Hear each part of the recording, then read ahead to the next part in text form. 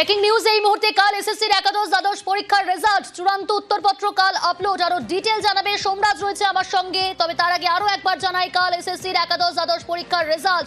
সোমরাজ, কি জানা যাচ্ছে? দেখো, আগামীকালই স্কুল সার্ভিস কমিশন একাদশ দ্বাদশের শিক্ষক নিয়োগের চূড়ান্ত উত্তরপত্র আপলোড করবে।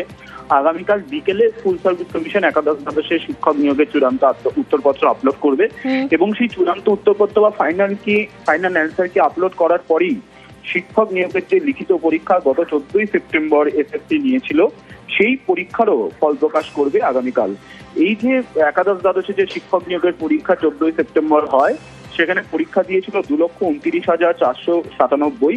মূলত স্কুল সার্ভিস কমিশনের যে ওয়েবসাইট থাকবে, সেই ওয়েবসাইট থেকেই কোন পরীক্ষার্থী কত নম্বর পেয়েছেন কোন বিষয়ের জন্য, একাদশ দ্বাদশের মোট 34টি বিষয়ের উপর লিখিত পরীক্ষা নেওয়া হয় 60 নম্বরে।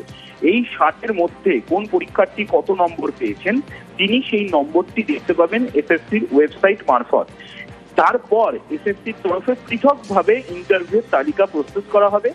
এই ইন্টারভিউ নেবে এসএসসি 100টি শূন্য পদের জন্য 160 জন পরীক্ষার্থীকে ডাকবে, অর্থাৎ 1:1.6 অনুপাতে, যেটা স্কুল সার্ভিস কমিশনের তরফে নয়া বিধি প্রস্তুত করা হয়েছিল। আর এই নয়া বিধি অনুযায়ী 1:1.6 অনুপাতে ডাকা হবে, অর্থাৎ 100টি যদি শূন্যপদ থাকে কোনো বিষয়ে, সেক্ষেত্রে 160 জন প্রার্থীকে ডাকা হবে। এইভাবেই ইন্টারভিউ নেওয়া হবে এবং সেক্ষেত্রে আগামীকালই মনে করা হচ্ছে এসএসসির তরফে জানিয়ে দেওয়া হবে যে সফল পরীক্ষার্থীদের ইন্টারভিউ কবে থেকে নেওয়া হবে, সেই তারিখ এবং সেক্ষেত্রে বিস্তারিতভাবে জানিয়ে দেওয়া হবে। এবং আগেই আমরা জানিয়েছিলাম এসএসসি ইন্টারভিউ প্রক্রিয়া আঞ্চলিক যে রিজিয়নাল কমিশন অফিসগুলি রয়েছে তার মাধ্যমে নেবে, অর্থাৎ এসএসসির যে 5টি রিজিয়নাল অফিস আছে, এই 5টি রিজিয়নাল অফিস মারফতই এসএসসি ইন্টারভিউ নেবে, কেন্দ্রীয়ভাবে নেবে না।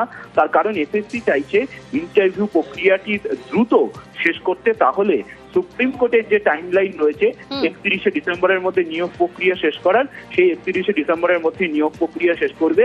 এবং তোমাকে আরো একটি বিষয় জানিয়ে রাখি, একাদশ দ্বাদশের শিক্ষক নিয়োগের লিখিত পরীক্ষার ফল প্রকাশ করা হবে এবং তারপর তার কয়েকদিনের মধ্যেই আবার নবম দশমের শিক্ষক নিয়োগের লিখিত পরীক্ষার ফলাফলও প্রকাশ করে দেওয়া হবে।